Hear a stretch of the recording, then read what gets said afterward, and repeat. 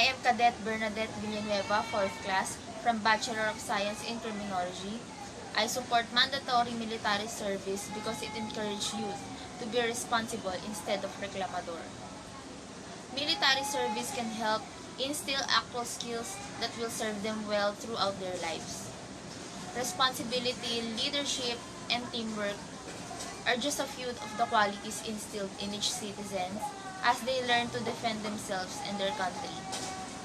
This mandatory military service would empower all young people to pursue personal development and discipline, which would make them better citizens in their country. I'm a criminology student and I support mandatory ROTC because it teaches military techniques that will help the students and make them prepared in times of national emergencies like war and calamities.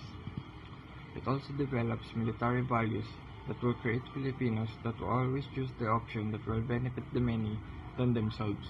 Cadet Private First Miranda Claras Jasin, 4th class, explaining my opinion on why I support ROTC.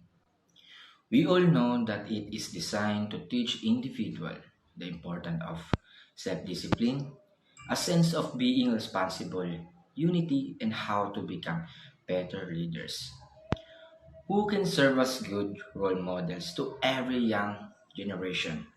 But in today's situation, teenagers and young adults are more exposed to making the wrong decision and taking path that they are not ready to take it. It is all because of the lack of guidance and discipline, which will lead them to bigger problem or worse, put them in danger. ROTC will not just be about training and making everyone's work hard in the field, but it will also help with their physical fitness, decision making, and understanding of how to view or see things. But most importantly, it will teach them to how to save the fundamentals in their personal and professional lives. That's all. Thank you. Good day, ma'am, sir.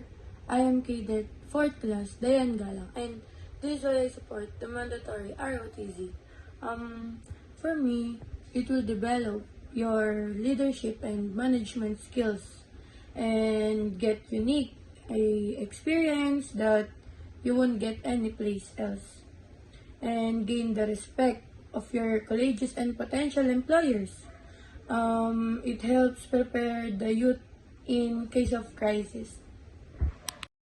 Hello, good afternoon. I'm Roger Macaheto of BS Crim in Emilio Aguinaldo College, and I support ROTC because in ROTC they will be focusing on practical life skills. It is capable of developing discipline, character, and honing each other's potential. It's an opportunity to take the initiative and make a difference. With ROTC training as their solid foundations, they will be able to manage and overcome all of challenges that await them in the future. Similarity, aside from instilling the essence of discipline and core values in them, ROTC training would be better prepare them to manage multitasking so that they could easily smoothly balance both their academics and extracurricular activities. Mandatory ROTC also aims to provide military education and training for students to mobilize them for national defense preparedness. Support mandatory ROTC because it has a lot of opportunities and benefits. It also builds and develops strong personal traits like discipline, leadership, and also confidence.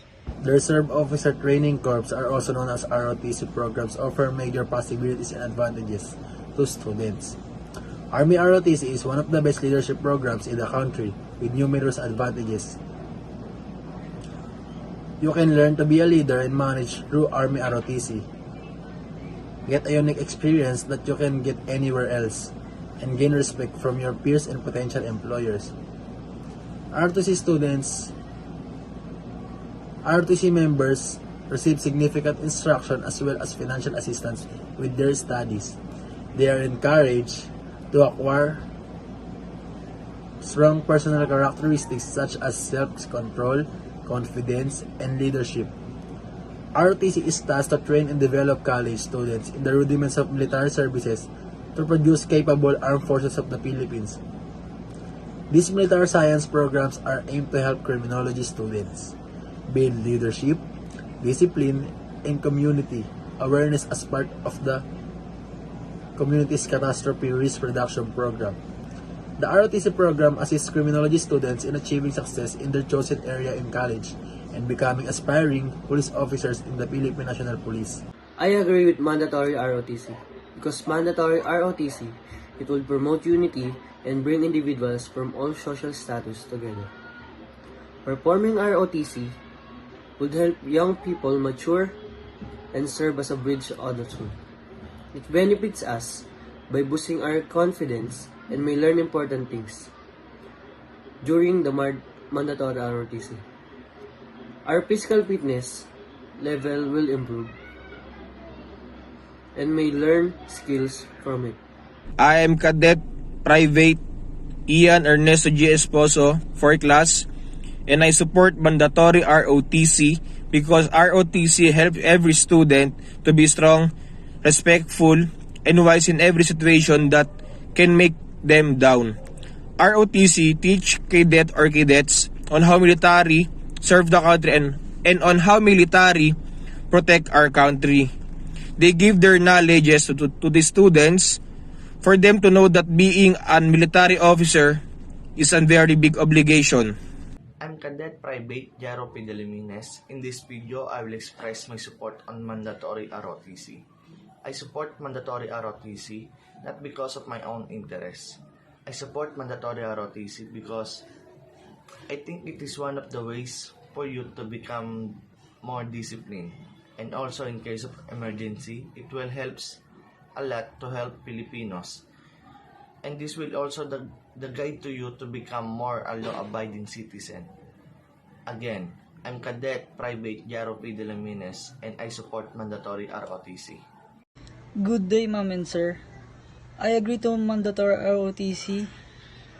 ROTC's mission is to provide students with military education, military training in order to mobilize them for national defense preparedness. Its goal is to prepare students for possible service in the defense in times of disaster, calamities, and national emergencies. ROTC program is a great help in promoting exercise of leadership skills trained to become reservists and potential commissioned officers in the AFP. ROTC is a great help to Filipino youth in preserving the future and instilling the true meaning of patriotism. Yes to mandatory ROTC. I am Cadet Private John Edward C. Albano. I support mandatory ROTC because this will benefit us to be knowledgeable to becoming a good leader. This will help the youth to have an opportunity to develop their skills in performing their duty in the near future.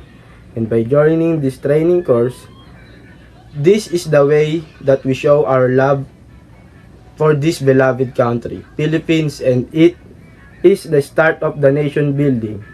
And it's to show that we care and we want a better future for our next generation. The ROTC program offers foreign relationship training as well as opportunities for team development and networking. It also allows to take advantage of extensive training with your local unit, such as airborne, air assault, medical expertise, and other practical expertise. This training course prepare college students for probable crisis duty in a security establishment. Officials and enlisted troops for Philippine Armed Forces Reserve components are being trained and give students with their military education and training to prepare for a national defense. ROTC programs offer major possibilities and rewards to students. ROTC members receive significant instruction as well as financial assistance with their studies. They are encouraged to acquire strong personal characteristics such as self-control, confidence, and leadership. ROTC will shape them into a good citizen who will protect the Constitution and defend the country borders. From foreign assault, students who participate in ROTC program have the capacity to become a new leader of the Philippine Armed Forces of the Philippines. Hi, I am Cadet Private Lucky Diasco, 4th class, and I support mandatory ROTC because ROTC provides world-class leadership development as well as valuable team building and networking opportunity. It also opens the door to specialized training with your local unit, which could include airborne, air assault, medical training, and other technical skills. Thank you. I endorse mandatory ROTC because it will help us Filipinos to become responsible citizens willing to sacrifice their own lives for the country. ROTC, we can learn a lot about useful skills that we can apply in our everyday lives. We can be trained to be outstanding leaders and managers.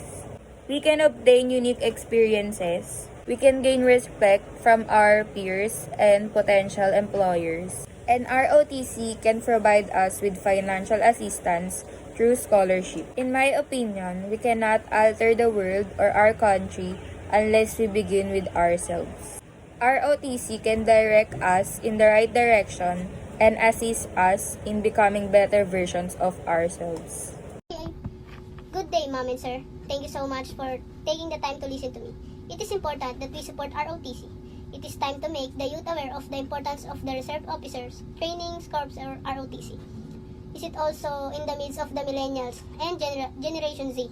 Craze on social media, and it's almost impossible to let go of used gadgets. With the help of ROTC, the youth will able to take love for the country in their hearts and minds. They will also be taught self-discipline and respect for authority.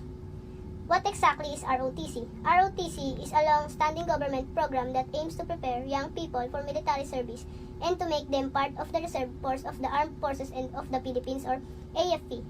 This reserve force is expected to fill the needs of the Army in case of war or disaster. Aside from the negative news that erupted during those years, ROTC has a good reputation as a youth training program in the country.